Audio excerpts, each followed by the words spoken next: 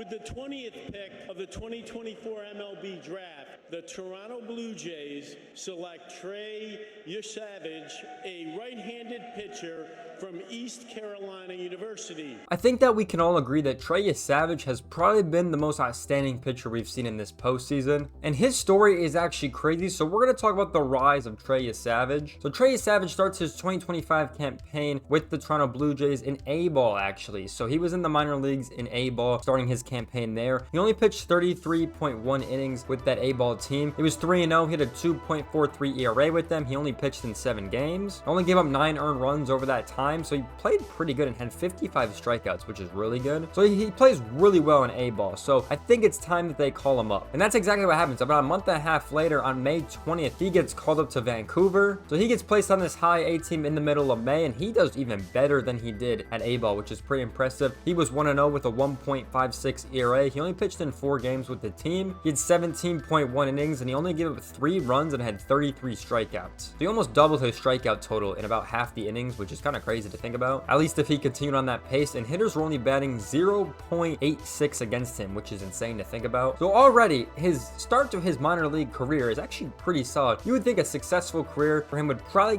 be to move up to AA or get to that futures game, and that's pretty much what he does. So then he ends up getting to New Hampshire, which is Toronto's AA team. On June 12, 2025, he gets called up to New Hampshire. So with this New Hampshire team, he was 1-1 on his record. He had a 4.50 ERA with the team, which was his highest in his minor league career. He appeared in 8 games and started 7 of them. He pitched only in 30 innings, and he gave up 15 runs. So that's, where he gave up a lot of runs, but he did have 46 strikeouts with that time, so it's very similar to his stint that he had with the A-ball team. Because I definitely think Toronto saw something in this kid, especially at the level he was at with his stats. They weren't really looking the best, to be honest. I think Toronto liked what he was doing, and especially with the pitch mix he had, which we're going to talk about a little bit later in the video, but he was just dominating at some of the starts that he was in. But then 2 months later, exactly on August 12th, he gets called up to Buffalo, which is Toronto's AAA team, so he makes his debut over there. His record was 0-0. He had a 3.63 ERA with the team. He appeared in 6 games and started 4. Once again, he pitched 17.1 innings with the team. He only gave up 7 earned runs, and he had 26 strikeouts in that time, so a little bit less than his stint with the Vancouver team in high A. But those were his minor league stats, and honestly, look at him. He was a pretty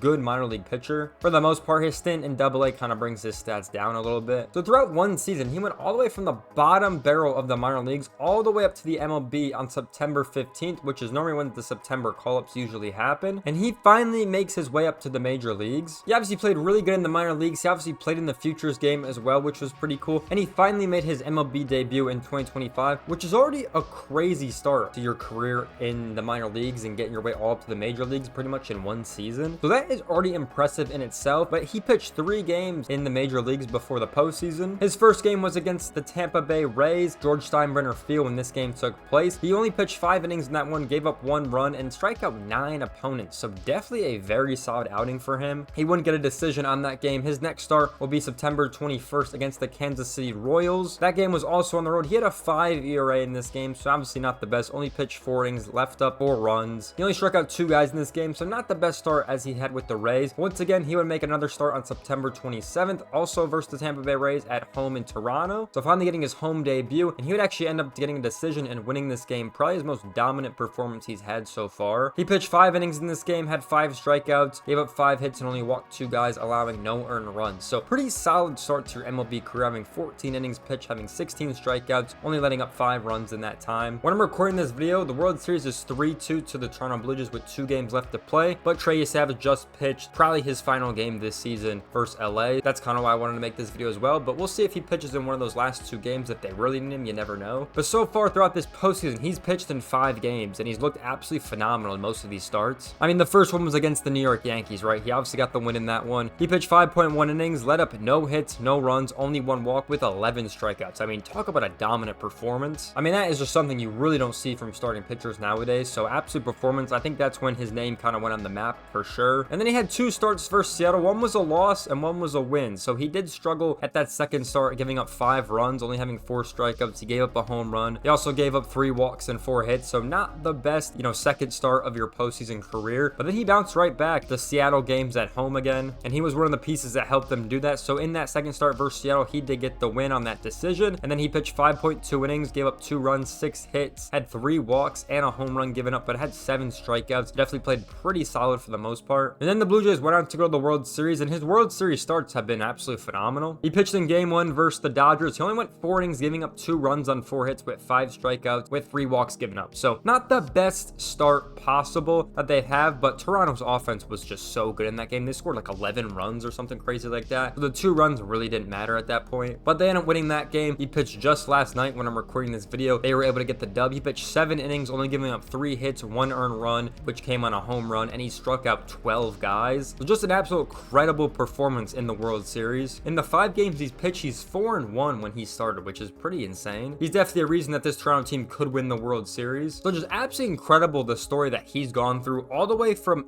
A-ball all the way to the World Series. That's just something you never really see nowadays. I mean, that is literally something you call the hero's journey. I mean, that is literally it. Starting all the way from the bottom, slowly making your way up through the ranks, and then getting to the World Series and the postseason. He's gonna have a phenomenal career, and he's definitely gonna be one of their key pieces going into next year as well. Just an incredible story from Trey Yesavage, and his rookie of the year will be next year, so we'll see if he ends up winning that. But this year has already been probably one of his best in his career, regardless of how many years he plays, just because of how dominant he was able to be versus these big teams. A lot of that postseason success is because the team just haven't seen a guy like this. The arc he has when he pitches, especially on those off-speed pitches, it just goes right down in the dirt from such a high arc. That's something that is really not seen in today's game, I feel like. Especially the Yankees didn't really have much film on him. I think LA definitely should have had some film on him. Maybe Seattle didn't. I don't know, but just absolutely dominant with his pitch mix as well. And obviously being a rookie, such a fun player to watch. Just what an incredible story Trey Yesavage had, and we'll see how his career does moving forward. But what do you guys think about him? He's been absolutely phenomenal for this Blue Jays team. I would love to hear your guys' thoughts about him in the comments down below. And let me know in the comments if you've seen him pitch before he got called up to the MLB, because, I mean, he's really something special watching in the World Series. But with that being said, I hope you guys enjoyed today's video. Make sure you guys like, comment, subscribe. I'll see you guys in the next one. Peace out, everyone.